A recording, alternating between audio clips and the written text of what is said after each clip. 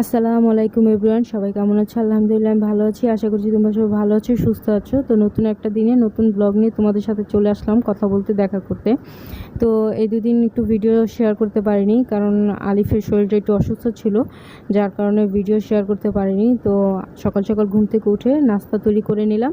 আর আজকে আছে পরোটা আর হালুয়া। তো ওদের সে নাস্তা দিয়ে দিয়েছি খেতে, আমিও নাস্তা খেতে বসে পড়ছি ওদের সাথে। আর রান্নাও বসিয়ে দেবো। আর যখন রুটি ভাজছিলাম তখনই মাছটা আমি ভিজিয়ে রেখেছিলাম, কারণ আমাদের এখানে গ্যাসের কোনো সিকিউরিটি নেই। এখন আছে তখন নেই, তখন আছে এখন নেই, মানে এরকম একটা অবস্থা। তো সবসময় প্রস্তুত থাকতে হয় যে কখন কি করব না করব, এই চিন্তাটা সবসময় মাথায় রাখতে হয়। তো ওইভাবে আর কি চলি। তো কচুর কাঠি দিয়ে মাছ দিয়ে রান্না করবো। তো এখন মাছটা ভেজে নেব। আর নাস্তা খেতে খেতে না মাছের বরফটা ছুটে গেছে, তো মাছ ধুয়ে আমি রেখে দিয়েছি, সবজি কেটে সবজি বসিয়ে দিয়েছি। তো সব হয়ে গেছে, মাছটা সুন্দর করে এখন ভেজে নেব। তো আজকে কয়েকটা দিন ধরে না মনটা খুবই খারাপ, যে একটা মেয়ে হয়ে এই পৃথিবীতে এসে মনে হচ্ছে যে আমরা অভিশপ্ত, বা এই পৃথিবীর সবচাইতে অভিশপ্ত প্রাণী যদি থাকে তাহলে মেয়েরা। কেন জানি না এই কথাটা মনে হচ্ছে, কারণ একজন ডাক্তার যে কিনা নিজের দায়িত্ব নিজে পালন করে, স্টাবলিশ একটা মেয়ে, তাকে এরকমভাবে ধর্ষিত হতে হচ্ছে। বা কিংবা 5 বছরের একটা মেয়ে, তাকেও কিন্তু ধর্ষণ করা হয়। মেয়েরা আসলে কোনো বয়সেই সেফ না, মেয়েদের কোনো বয়সে সেফ পায় না মেয়েরা। সেটা হোক 5 বছর, সেটা হোক বা 45 বছর কিংবা 50 বছর, মেয়েরা কোনো বয়সেই কিন্তু সেফ না। আমরা কি পৃথিবীতে বাস করছি জানি না, তবে ধর্ম বর্ণ আমি কিছুই বলবো না, আমি বলবো আমরা সবাই সর্বপ্রথম মানুষ। তো যে মেয়েটাকে এরকমভাবে মৌমিতার নাম নিলে বা মৌমিতার কথা মনে হলে আমার চোখ দিয়ে পানি বের হয়ে যায়, যে আসলে কেন ওর সাথে এরকম করলো। যাই হয়েছিল বা যেটাই হয়েছিল কথার মাধ্যমে কিন্তু অনেক কিছু সর্ট আউট করা যায় যদি ইচ্ছা থাকে। কিন্তু তাদের মনে এত বিষাক্ত পরিমাণ বিষ ভরেছিল যে রাসেল ভাইপারের বিষ, মনে হয় ছোবলও এত বিষ ছিল না, ওদের ছোবলে এত পরিমাণ বিষ ছিল যে মেয়েটাকে রক্তাক্ত থেকে কি বলবো, মানে এরকম অবস্থা করে দিয়েছে যে মেয়েটাকে মেরেই ফেলেছে।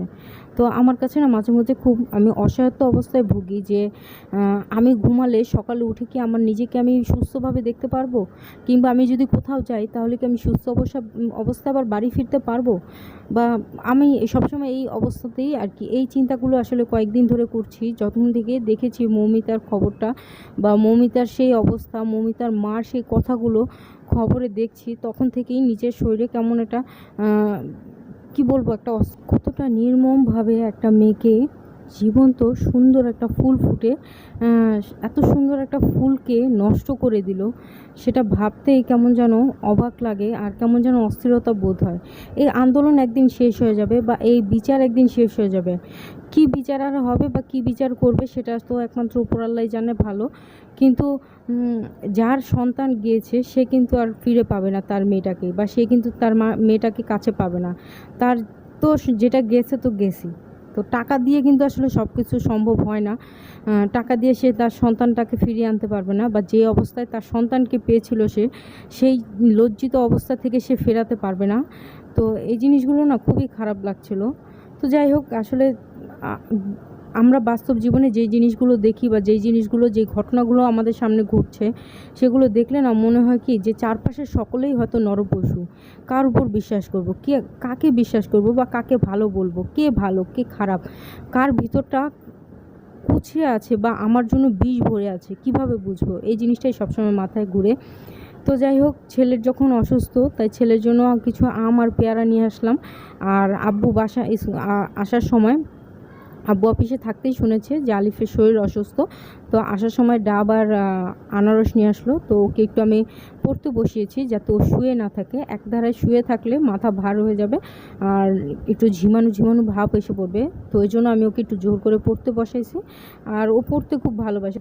যাই হোক, ছেলের জন্য আম আর পেয়ারা এনেছি, আবার ওর নানা ভাই আনারস এনে দিয়েছে, ডাব এনে দিয়েছে। তো ওর যখন যেটা ভালো লাগবে ও সেটাই খাবে, ওর ইচ্ছা মতো ওকে কেটে দেওয়া হবে। তো যাই হোক, আজকের ব্লগটা কেমন লাগলো সবাই কমেন্ট করে জানিও। সবাই ভালো থেকো, সুস্থ থেকো। আর খুবই মন খারাপ নিয়ে আজকের ভিডিওটা থেকে বিদায় নিচ্ছি।